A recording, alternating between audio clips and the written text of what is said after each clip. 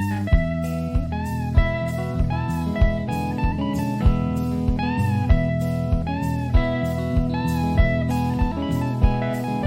to the Indie Writer Podcast, where we talk about all things writing and indie publishing. Today we are excited to talk about queer romance. We have two guests with us today, TJ Alexander and Timothy Janovsky. TJ Alexander is an amateur baker and author who writes about queer love. Originally from Florida, they received their MA in writing and publishing from Emerson College in Boston. They live in New York City with their wife and various houseplants. They are represented by Larissa, Melo, Pienkowski of Jill Grinberg Literary Management. Timothy Janovsky is a queer, multidisciplinary storyteller from New Jersey. He holds a bachelor's degree from Muhlenberg College and a self-appointed certificate in rom-com studies, accreditation pending. When he's not daydreaming about a young Hugh Grant, he's telling jokes, playing characters, and writing books. Never Been Kissed is his first novel. And I should have mentioned TJ's book is called Chef's Kiss. I'm excited to talk to both of you. Thank you both for being here. Thank you for having us. Yeah, excited no problem. to be here. Yeah, I'm so excited to talk to you both. So we're going to talk about romance first. And I would like to know from both of you, what drew you to this genre? I'll call on you, but I'll switch back and forth. Oh, so thank God. I'll start with TJ on this one. Oh, no. Okay. I'm just going in alphabetical order. No, that makes sense. So what drew me to romance? I don't know. Even as a little kid, I was always more interested in stories about characters feeling stuff, as opposed to action happening and, big set piece adventures and things like that. All my Teenage Mutant Ninja Turtle daydreams as a small child were all about them being introspective and looking into their motivations as a character, which is not exciting as a cartoon. So all my very poorly drawn storyboards probably would not have ever been picked up by any major network. But yeah, I always enjoyed that part of characters, and love is one of the big emotions, the biggest, right? It's the most exciting and wonder making, and there's so many different things that could go into it. So when I think about what I want to write, it almost always is a romance. Yeah. How about you, Timothy? Yeah, I think pretty similarly. For me, remember being very young and watching 13 Going on 30 for the first time, and just such a fun movie. And I remember, I don't know, this is kind of like a queer people tangent, but as a queer person, I remember from a very young age being I'm different. I don't know why, but I know I'm different. And I remember self-identifying really, really often with rom-com heroines in movies.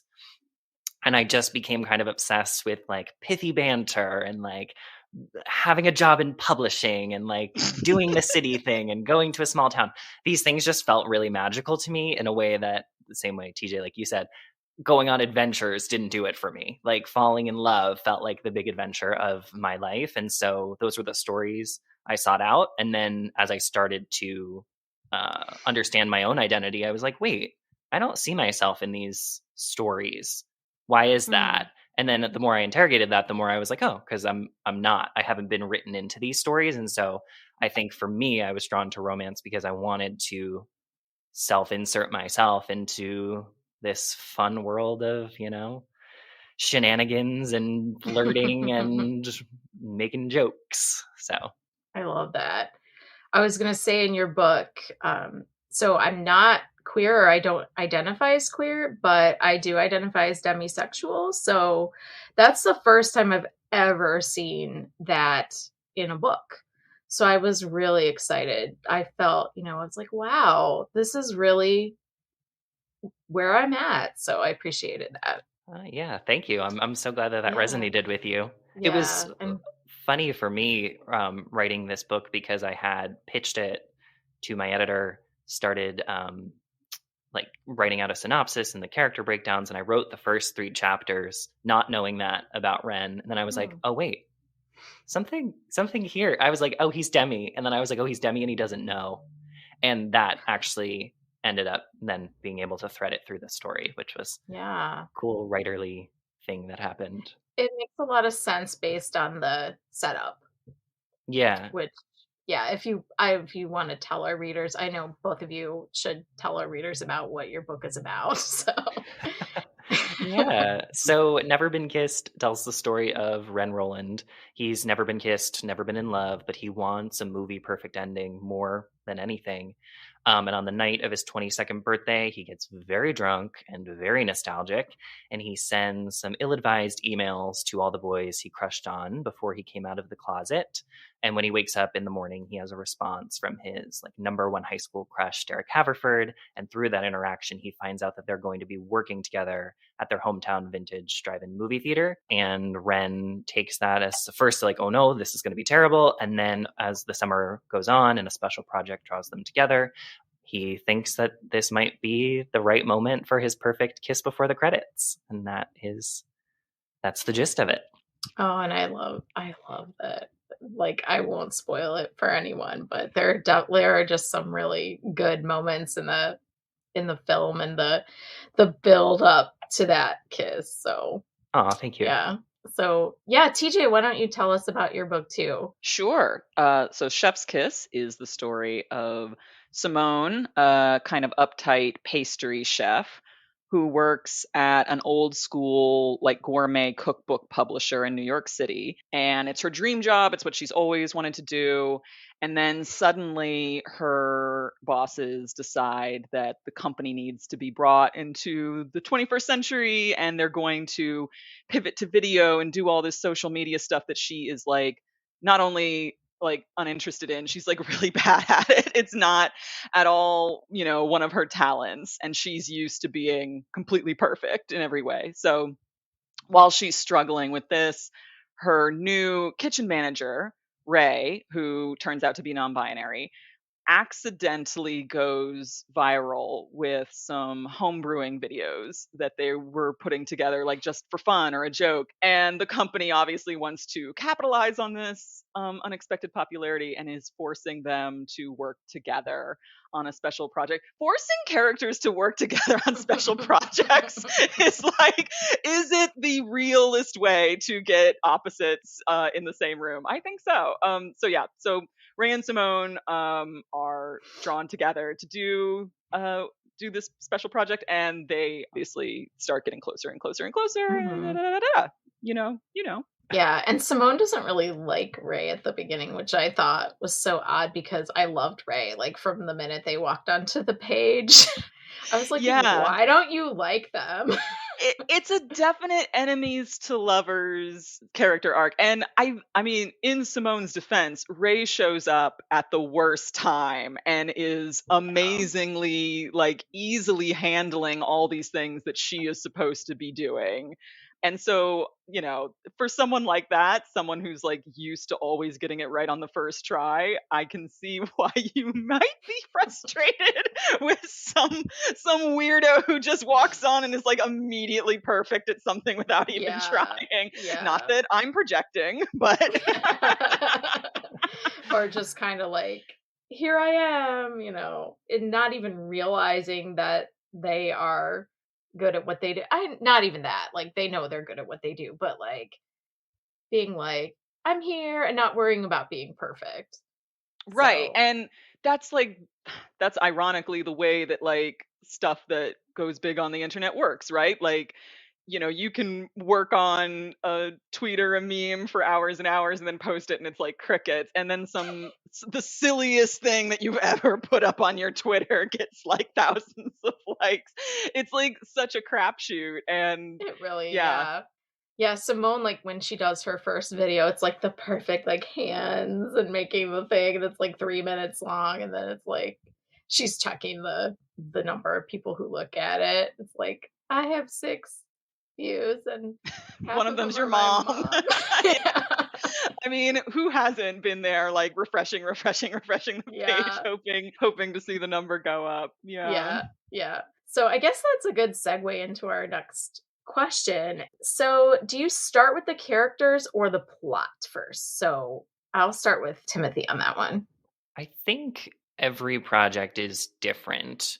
I would say that I come from a background of I've acted. I've done a little bit of stand up comedy, so it's usually character first for me because I want to find out what makes them laugh, what makes them cry, what's their biggest want, what's their deepest fear, and I usually just start by like throwing that character into the most uncomfortable situation I can think of for them and see how they work their way out of it, and then from there develop a plot.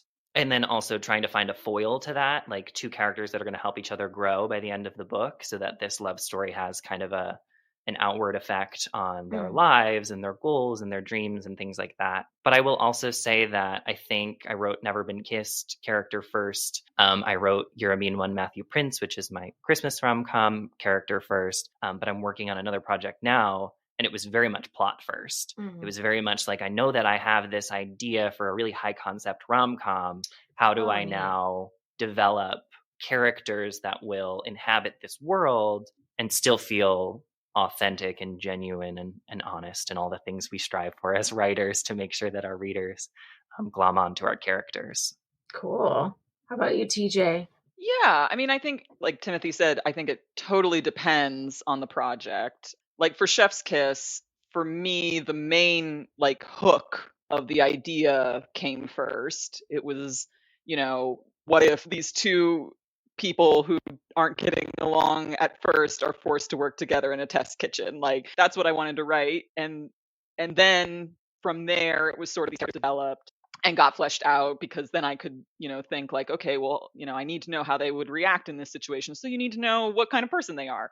So then the characters, come, and then from there, their decisions that make sense naturally will inform the plot, which is so annoying because you think, sometimes how something's going to go.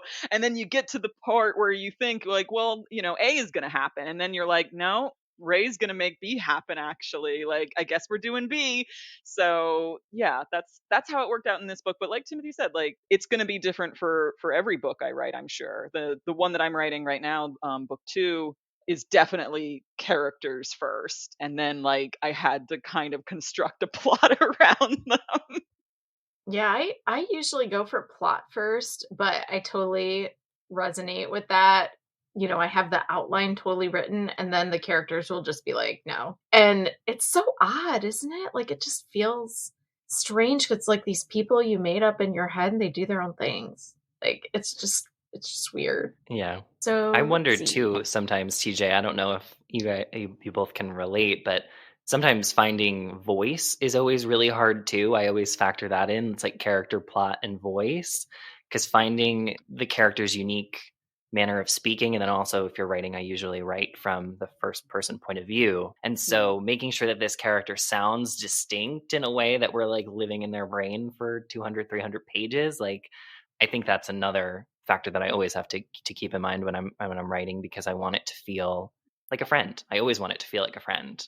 But maybe one day I want it to feel like an enemy. Maybe one day I'll write a villain romance and I'll want it to feel like an enemy. But for now, they're always friends. I love that. And find your antagonistic voice. Oh my gosh. Like D&D characters, like lawful evil and chaotic evil. Like you could have two evils together, but one's chaotic and one's lawful. Like, yeah. Yeah, I've got to say, I love writing for villains. Like, even in rom-coms, sometimes you have a villain. I think Chef's Kiss has... Yes!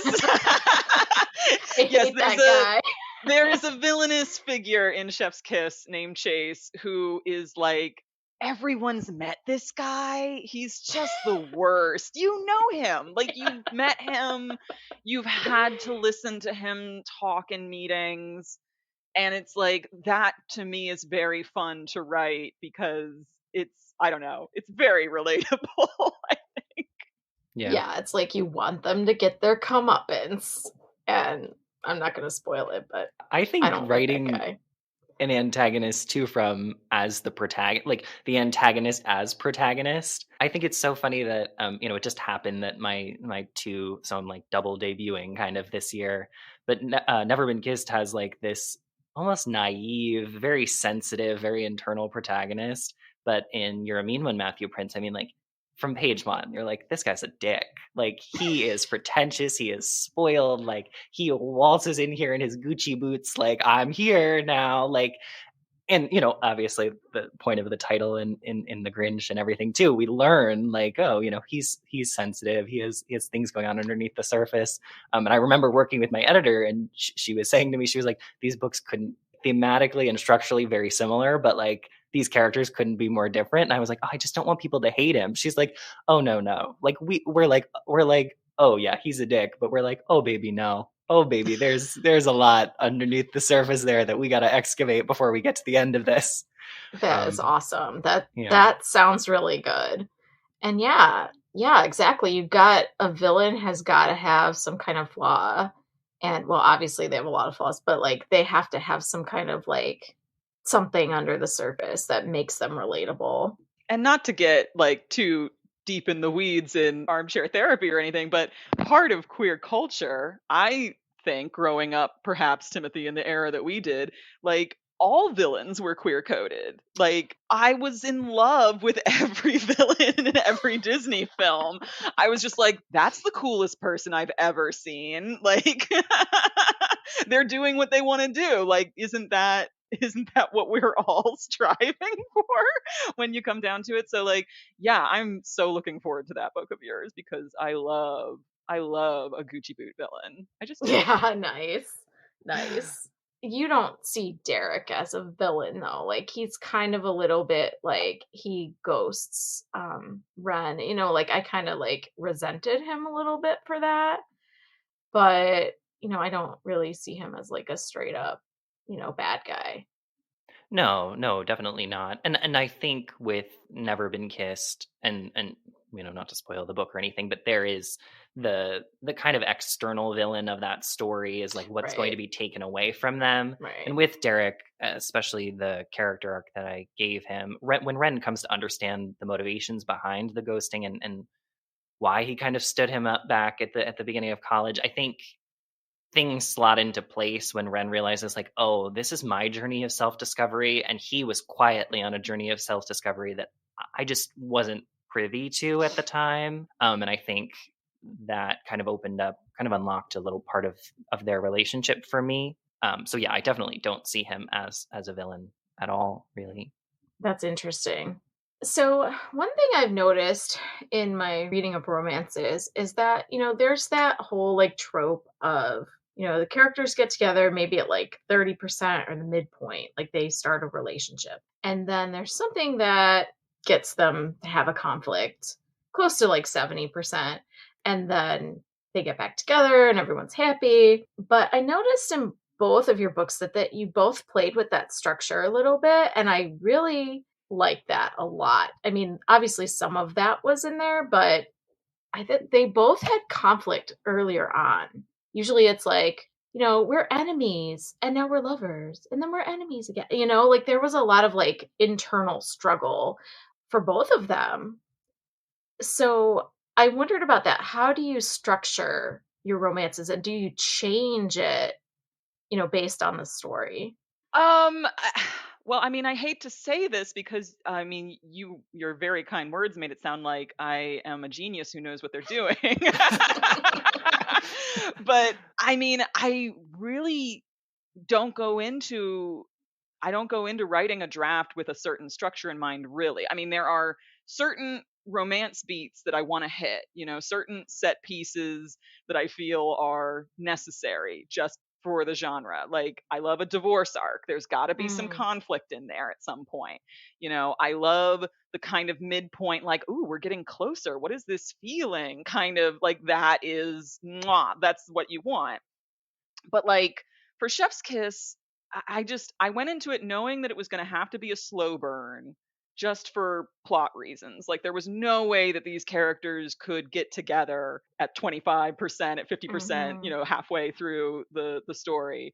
It wouldn't have worked with, how things were going around them and who they were. Like Simone is the prickliest person you've ever met, and it was going to take 300 pages to kind of, peel back her little candy coated shell. And I know that some people would love to see, a fast burn, and I love a fast burn. Don't get me wrong, but for the purposes of this character and for this story, I was like, they can't earn that happy ever after unless we unless we just eke it out forever, man. So yeah, that's how that structure went for me. I love that, and I relate to that too. I think for me, Never Been Kissed went through so many drafts, like so many drafts. Characters popped in, characters popped out. There are characters that you will never meet because they exist in a file that the world will never know. But I kind of went about it thinking about the romance structure in books that I love, thinking like, how can I emulate that? Also in films that I love, because that's kind of how Ren sees the world is through a movie structure. And it wasn't until maybe like draft 3 that I actually went and finally read the oft talked about book Save the Cat, which and I read the screenwriting version of that book on purpose because I wanted to be able to take that 3-act structure, since that's how Ren sees the world, and book make book. That's very good grammar. Make book out of that, and and so I was able to then retrofit my favorite scenes in the story arc into that structure, so that we kind of got a cinematic up and down of of of um, of plot. And so, yeah, I also do not think I'm a genius. I also do not think that it all just kind of eked out in the best way possible. But I think using that as a structure was actually really helpful for me because it gave me a sense of B plot. It gave me a sense of pacing. It gave me a sense of urgency that sometimes, almost like, I kind of like sometimes to say I like my romances to read like a thriller. I want to be flipping the pages. I want that tension or that banter to be so crackling that I'm like, I have to know where this romance is about to go. So that's for Never Been Kissed. But for other books, I used Romancing the Beat. I've used, just different structures depending on how I see the characters moving together. How quick, how slow, how fast is their romance going to burn? So the bee story I definitely want to talk about because both of you have really cool bee stories. I really liked, in TJ's case, Simone's baking. Like, she's just so good at it. And and Timothy, like, I love that story about Alice and the film. So there is a film that was never premiered, and Ren wants to get this film on the big screen at the drive-in. And I love that story. And Alice, so prickly and, like, go away.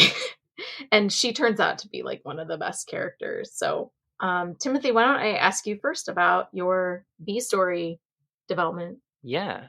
So thank you. I think Alice is also my favorite part of the book, which is maybe not what you're supposed to say when you're promoting a romance. It's supposed to be the couple and the love story and the whatever, but she is actually another part of the multiple draft process that I went through Mm, on this book. She was a very small part in only a couple scenes of the book originally. Ren mm. still wanted to show the movie, but it was just a quick, in out type deal. They get permission, they move on. But I knew it's not really a twist, but there's a little bit of a twist towards the 70% mark of the book. And I knew the resolution of the story going in. I'm not going to spoil it. So there's a resolution at the end that I knew was going to happen. And it made me feel like, okay, well, Alice's want is that she really wants to not live in this town of Willow Valley anymore. She doesn't want to live in this house. It has too many painful memories for her. And the whole book is about second chances. And I was like, she deserves a happy ending too. Like, if Ren and Derek deserve one, so does she. And the more I just started thinking about her lost film, which is called Chompin' at the Bit, which is also a second chance movie with a zombie, and it's a whole thing. I did all this research into female film directors from the 70s, and I watched a bunch of these B movies, and I just had such a good time getting to know this kind of world. And so when I went to develop her character, I realized she was the mentor in the Save the Cat structure. She was the one that was like Ren was complaining, like, oh, like, I don't know, he tried to kiss me and I pulled away. It's like, she's like, get over yourself. Life is way too short. Like, you need to go headfirst into this thing because I've been watching you two all summer and you got something going on. And so, yeah, that was kind of the development there. And so it became kind of like this, I keep saying like Seven Husbands of Evelyn Hugo-esque B plot that I just had a really, really good time writing. And so I wanted her to have as much page time as possible. That's great. TJ, how about you? Let's talk a little bit more about that baking. Yeah, so my B plot is just like calories. um, yeah, the if there is a B plot in Chef's Kiss, it's Simone's lifelong love affair with food and how that is kind of, permeating all the different relationships around her, all the friendships that she is starting to date, and her, burgeoning relationship with Ray. And it's, how she's showing care to people when she cooks for them or makes them something. It's how she apologizes when she feels she needs to, make up with somebody. So I had all these recipes in mind. And, we were talking about this before you joined, Timothy. I am not the best cook or baker in the world. I am just a home cook. I had just learned how to bake like a couple of years ago as part of my stress relief regimen. I'm not an expert at this stuff, but Simone is. So I had to pretend like I could be an expert at this stuff, and I was creating like all these fictional recipes that I thought she might, make in the course of. And some of them are foods that I was familiar with, or kind of a twist on foods that I was familiar with. And some of them were just like wholesale, like dreamt up in a fever dream of mine, like, ooh, what I bet would taste good. And I'd never ever made them at all. And then as we're getting closer to the book coming out, my publisher was like, you need to like write down these recipes so that like we can use them for like bookmarks and stuff. That would be so cool. And I was like, yeah. And then I was like, oh no. I've got to like actually figure out how a human being would make this stuff in real life. Like, ooh, okay. So, it was many weeks of me, making 10 cheesecakes in a row and giving so many cakes to my neighbors and stuff, because it was getting out of hand, and realizing like, damn, Simone's good at this. This is really hard. Like, I made her really good at this. Yeah, it was fun, but definitely not something I would have done in real life, because my real life style of cooking and baking is like very simple, one pot stuff. But like, I just, writing wise and reading as well, like just hearing about food and how food tastes, that's like my favorite part of any book. Like when I was a kid and my mom was like reading us, the Lord of the Rings books before bedtime, I was always just like, well, what's the lambus bread taste like? What is it? Is it sweet? Is it savory? Like, I need details. And she's like, it doesn't say. And I'm like, well, then that's bad writing. Like, I would get very frustrated if you just like, George R. R. Martin, to his credit, will like spend 5 pages on describing every dish at a dinner party, and I'm like, yes, yes, yes, keep going. I love it. I could definitely read an entire book of that. So I guess I wrote it. Yeah. I love that. Yeah, I love food books. I just any cozy mystery or romance that's set in a restaurant or like a pastry shop. It's just like, oh, I love it. Bakery, it's just the best. It really, and it is kind of a metaphor for what's going on, especially when it's a slow, like Simone really takes her time on everything she does. And I'm not that patient. Like, I could not sit there and spend an hour just prepping something. Anytime I see a recipe that's like, time to bake 1.5 hours or whatever, I'm like, nope, not doing this one. So, for this question, we'll start with TJ.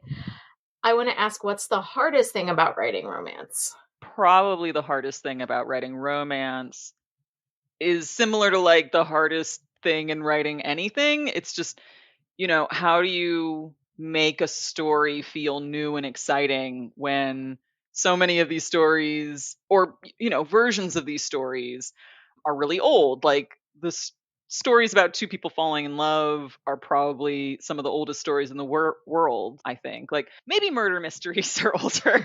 I think that's a Cain and Abel kind of thing that might have just like eked out the metal there. But how do you tell a love story in a way that feels really surprising or fresh? And luckily, as people who write queer romances, we are in a great position to kind of break new ground every day, because our stories have not been told or celebrated for a very long time. So that is a good bonus that I'm working with. But you don't want to rely completely on that, because hopefully, fingers crossed, one day that won't be true. So yeah, trying to figure out like, okay, these two people meet, they eventually fall in love. How do I make that something different? I completely agree with everything you said, TJ. I think to bring it specifically to queer romance is that I think Ren in Never Been Kissed says something about how queer people exist on a completely different relationship timeline than our straight peers do, and or our cisgender peers, or going on. And so it's finding ways to, not that we write for readers' expectations, but romance as a genre has conventions that we really do need to adhere to some degree in order to satisfy the reader when they pick up a romance off the romance shelf. We guarantee them a happily ever after. We guarantee them certain markers on the way through. And it's figuring out how to distill queer experience, because even that's nuanced, right? Just saying queer romance, queer people aren't a monolith. We all have nuanced lived experiences. And so distilling a character's queer experience while still satisfying the romance beats. And I said we don't write to meet readers' expectations, but we write the stories we wanted to read, or at least I know I do. And so if I'm opening up a queer romance, like, I want that first kiss moment. I want that pithy banter. I want that date that goes horribly awry, or when they get locked in the closet and they can't get out. Like, yeah, so it's just finding a way to make that experience, again, feel fresh, feel new, but also feel authentic to those characters' experiences, and making sure that you're kind of reflecting a lived experience in a way that feels relatable, so that readers can find points of connection, even if they don't self-identify as in the ways that the characters do.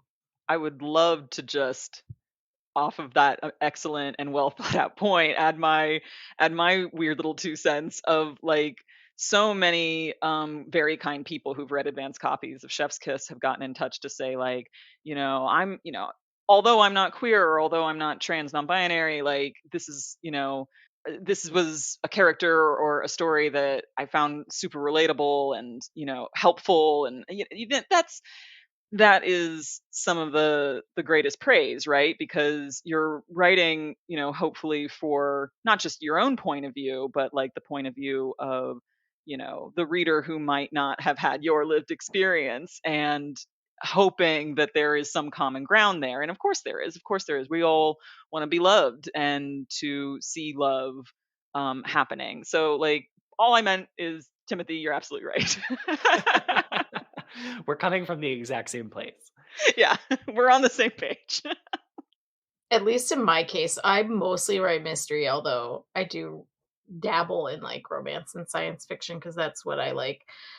But I've noticed, at least for me specifically, I'll be like working on something and then I'll see that another book comes out with like a very similar premise. And then I'm just like, no. But then when you think about it, well, first of all, like if you're writing a book and it's on submission, it's going to be like 2 years before the book comes out. And then the other thing too is like everybody approaches a story differently, but it can be just so disheartening to see that. Yeah, I had a very similar experience to what you're describing, where when my book deal was first announced, I think the first like random person on Twitter who commented on it was like, "Oh, another non-binary baking romance." And I was like, "What? Huh?" Like, and that attitude is a little bit not what I'm looking for in my life. But if your listeners aren't familiar, Love and Other Disasters by Anita Kelly Mhm. came out this January. An amazing book, a beautiful, beautiful book that everyone should read. Please go read it. And it is about a non-binary character, falling in love with a cis woman. So in that sense, it is similar to Chef's Kiss. But readers they're not so silly as to think like, oh, that's all a book is about. Like, readers can understand that like there's never going to be two stories that are exactly similar, that there are going to be these differences in how that story is told, which is amazing. That's what we want. And also, like, it's two cakes, right? No one's complaining if you come to a party with a cake and someone else has also brought a cake. Everyone just gets more cake.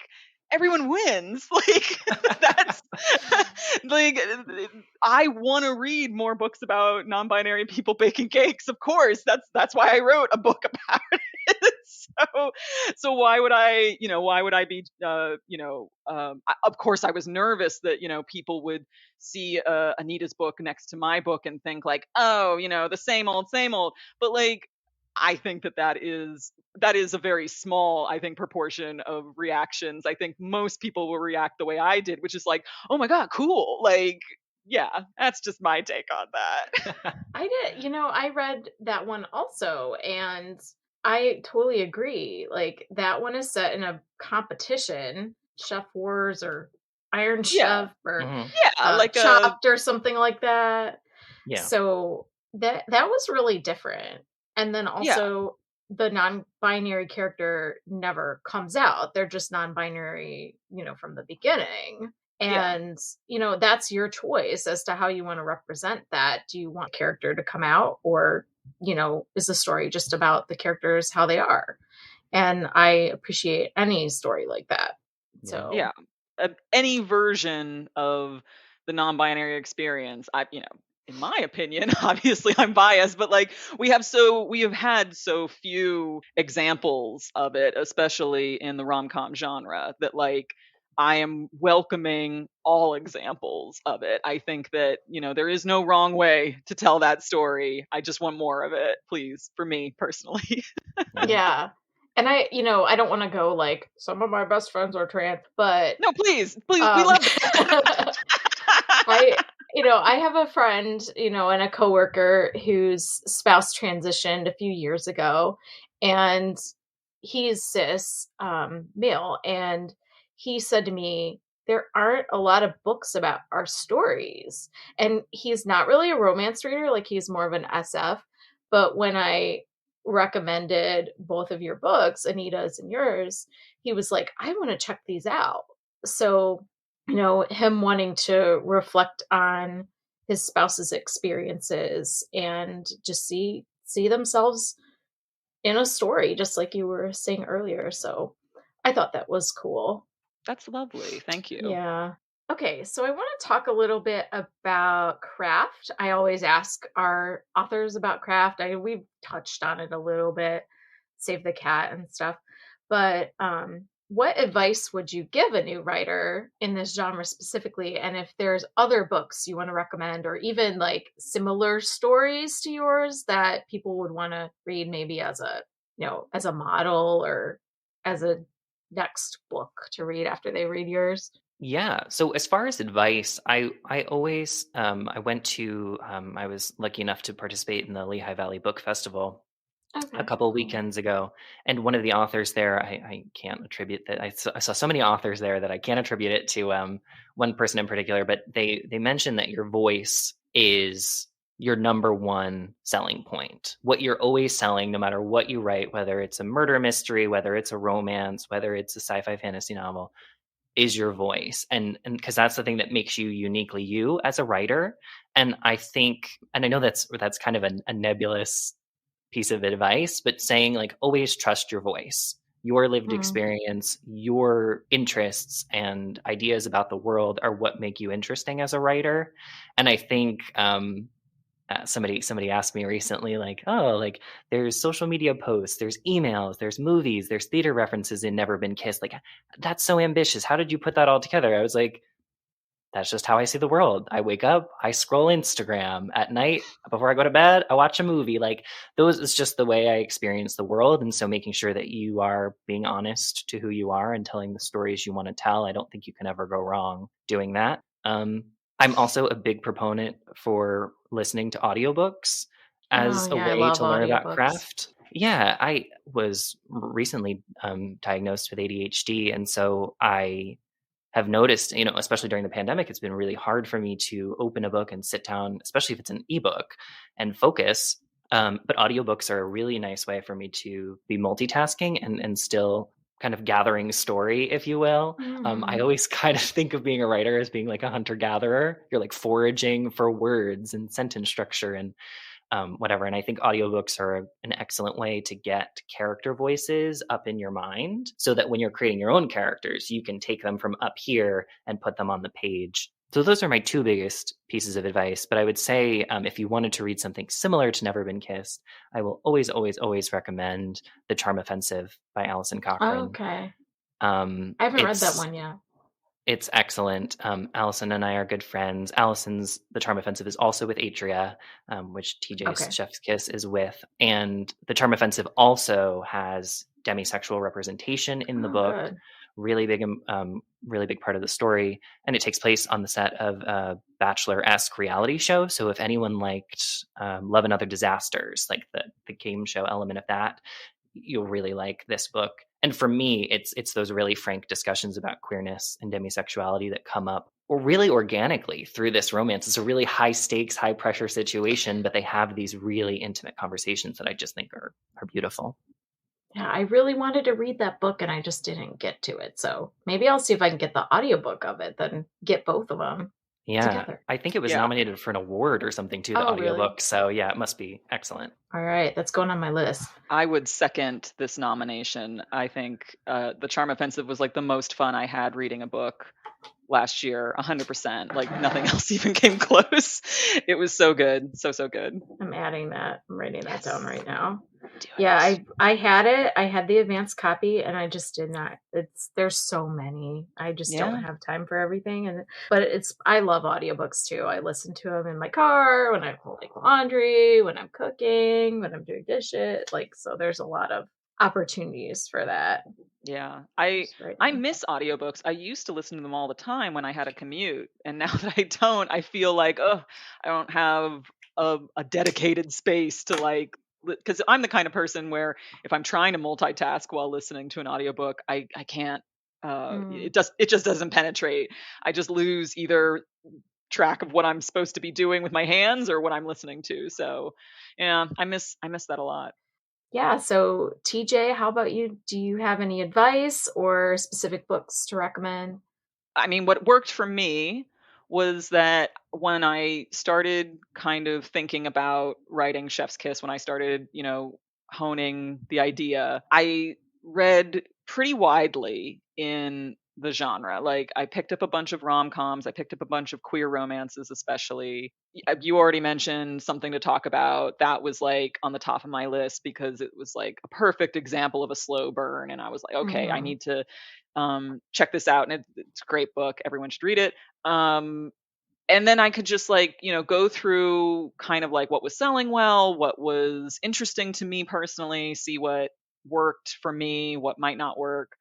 And because I'd never read a romance with a trans or non-binary character before at all, I ended up picking up a lot of YA because that is where most of that representation is happening right now. So shout out to young adult books for putting the trans folks in there. For sure. Love it for you. So there were a bunch of great YA indie books that I could, take a look at and see like, okay, what are other people doing? And is it what I want to do, or do I want to go in another direction? Just because you pick up a book that you absolutely love and you love what they're doing, it doesn't necessarily mean that's the lesson you're taking from it. It could be something else. I mean, as far as craft books, I don't really read much about craft. That sounds so, I probably shouldn't admit that. I mean, I had a professor when I got my writing degree in undergrad. She's a great literary short story writer and novelist, Elizabeth Stuckey French. And her pieces of advice that I think that really stuck out for me were things like, you can't start your story with the idea that you're going to prove something, like her example was, you can't start a book and think, I'm going to write a story that proves that sexism is bad, or that, this is good. It doesn't work that way. You need to start with a human element, whether that is character or the plot. And you can't keep this laser focus that like I am going to write something that proves me right. Like that's not what it's about, you know. That's going to mean you sacrifice all the good stuff, the fun stuff that people want to read about. I don't know if that makes sense to anybody, No, but it totally. made sense to me in Totally. that moment. That was a very like, wow, you know, brain explodey moment when she told us that. Yeah. That's really interesting. I never thought of writing that way, but I could definitely see how people would. Like they would just come to writing with that perspective. Yeah, and I mean I have read books that I think have been written from that perspective, or maybe I just didn't enjoy them for some other reason and I just want to like ascribe it to that. But sometimes you're reading something and you're like, well, this person's got something to prove, huh? Like you just already feel very defensive about it, and it's like I'm not here to argue with you, the author. I'm here to have fun. So yeah, that I think was the big piece of craft advice, if that counts as craft advice, that I've internalized. Yeah. And this is not to say that books can't have like pretty obvious like morals or like, you Sure. know, like in Chef's Kiss, I hope that most people come out of that being like, oh, you know, non-binary people deserve respect. But like, I don't think if I had gone into writing that with that in mind, that like I need to show people that non-binary people deserve respect, like that's not an argument I need to be having with my reader. Like they're already picking up the book. I think we're already on the same page on that one, hopefully. And if not, like that's not the conversation I want to be having with them. I want them to come to that on their own if they aren't there already, you know? Otherwise it's just like, yeah, it's very antagonistic in a way that is not villainous and sexy. I think Yeah, go relating to ahead. that too, like when you can kind of tell when an author gets editorial, when they're like when the author inserts themselves and the characters become mouthpieces for, you know, a goal. And I think authors do have thesis statements, right? Like we get to the end of a book and we're like, oh, we wrote a book about something. And then Mhm. our editors are like, well, this is what your book is about. And now we're going to go back and make sure that the reader knows, but we're not going to Right. hit the reader over the head with it. We're just going to do that. And I wanted to say to your point, TJ, that you were saying like, oh, I don't read craft books, but I don't I don't think that's good or bad. I don't think that's an in-between place. I think every writer has a different set of points to make, right? Like every story has its own way of like coming out. And I think, I don't know if you relate to this, but I feel like really lucky when you're working with a team of editors and people putting books together. You're kind of learning on the job every Oh single yeah. day. Every time you sit down to write, you're learning something new. Whether someone's telling you that, whether a book's telling you that, whether you're taking a class, you're learning actively. Oh, thank God. I mean, I, I'm going to try and own the fact that like maybe craft books just aren't for me, or maybe I just haven't met the right one yet. Yeah. But you're right. You're absolutely right that like, you know, thank God you have, you know, that I am lucky enough to have this great team of people who every time my editor makes a suggestion, I'm like, oh, that's this amazing suggestion that makes perfect sense to me and my brain, and wish I'd thought of it, but it's a good thing someone did, you know. And then for the Mhm. next book, I'm like, I'm going to keep that in mind. Like that was something that I can use later, and I can see it, like, you know, the nicest thing my agent ever said to me as I've been working on new projects is like, wow, I can see how you're really like taking advice and like using it and growing. And I'm like, oh my God, thank you. Like, I'm ready for the medal or trophy that I get for this because you win at writing sometimes, right? Hopefully. Yeah. So, Yeah. There come those moments. There's so many rejections, but you know, it is gratifying when that moment comes and it's like, wow, I'm kind of doing something right. One of the things that surprised me about it was how vulnerable it is. I guess I just didn't expect it to hit me as much as it did, because I know we're writing fiction stories and we are putting characters and character arcs on the page, but there's always little bits of you that sneak in there, and being perceived by others is terrifying no matter Mhm. what your line of work is. And I think, especially as a queer person, there's there's so many different ways to be a queer person. And so when people read your book, it's they're taking a little bit of you and saying like, how do I see this? How am I experiencing this in the world? What can I think about? And I think the gratifying part of that, though, is I've had a couple of readers reach out to me in a similar way that you said earlier, TJ, where it's like, I got to have a conversation. Like, me and my friend were both reading this arc, and I had never heard the term demisexual before. I had never watched a film prior to 1990. Like, now I went and watched one, and I really liked it. I know. Well, I mean, some of the readers are young, so, and so I was just like, oh, that feels really gratifying to me that you read a work of fiction and decided, like, I'm going to go do something now that I've finished the book and put it down. I think that action part is really cool. Oh yeah, totally. I've had people like message me on Instagram to be like, drop the recipe for this galette. And I'm like, it's coming, bestie. Like, don't worry about it. I love that. I love when people finish a book and they're not just like, well, that was a book and now I go on with my life. Like, I want you obsessed a little bit, please. Feels good. Feels right. Oh yeah, totally obsessed. And I think both of you have already mentioned like what's coming next. Like there's the Matthew Prince for you, Timothy, and what else is coming for both of you? Something you're working on? Yeah, so right now I'm working on book 2 for Atria. It is also a queer rom-com. It's going to also be based in the food world. Okay. And it's in the same universe as Chef's Kiss. So if you liked Chef's Kiss and you like those characters, I think you'll be pleasantly, pleased with how book 2 is going. I don't think I'm allowed to say anything more than that. I don't think yet. Yeah. We'll find out soon enough, right? You'll find out soon enough. And other projects that I'm working on that are super exciting. Georgia Clark, who is another rom-com author, she writes these amazing, like, huge cast, like multi-generation rom-coms. Her new book coming out this summer, Island Time, is hilarious and amazing and beautiful, and I recommend it a million times. She is working on a new project called Heartbeat, which is going to be a series of short stories done as a newsletter format, and I'm gonna be hopefully joining the gang on that for a fun little romp.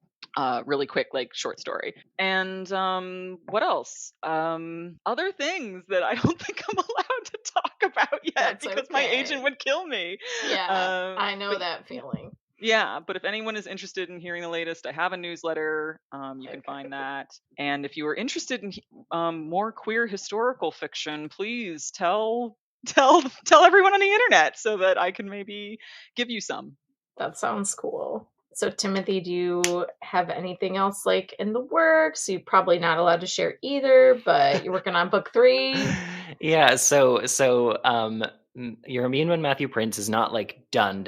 It's up on Edelweiss, so it's ready for advanced readers. But I will do one more pass of that book in past pages, so I'll get to read my words one last time and dot my I's and cross my T's and send that out. And then I am working on a third book, but that's all I can say about it at this time. But that is slated tentatively to come out summer of 2023. So cool. You'll get one in October and hopefully a summer read in the following year. Yeah, you can find me on Instagram, Twitter, and TikTok. I'm trying my absolute best, but I am not great at it. I'm so old. I am too old for TikTok. Yeah, props to you. I like it because it knows me better than I know myself. Like, I love the viewing experience of TikTok. I'm like, I thought about that TV show from 2008 once 4 days ago, and now you're showing me a scene from it. How did that happen? It's reading your mind. And so, but yeah, I'm at Timothy Janovsky on all 3 of those platforms. Cool. And I am on Instagram and Twitter at TJ Alexander NYC. And you can find everything possible, newsletter, book news, etc., at my website, tjalexander.com. Awesome. Well, thank you both for being here. It was such a pleasure to talk to you, and I'm so excited for readers to find your work. So, again, thank you so much. Thank you. Thank you.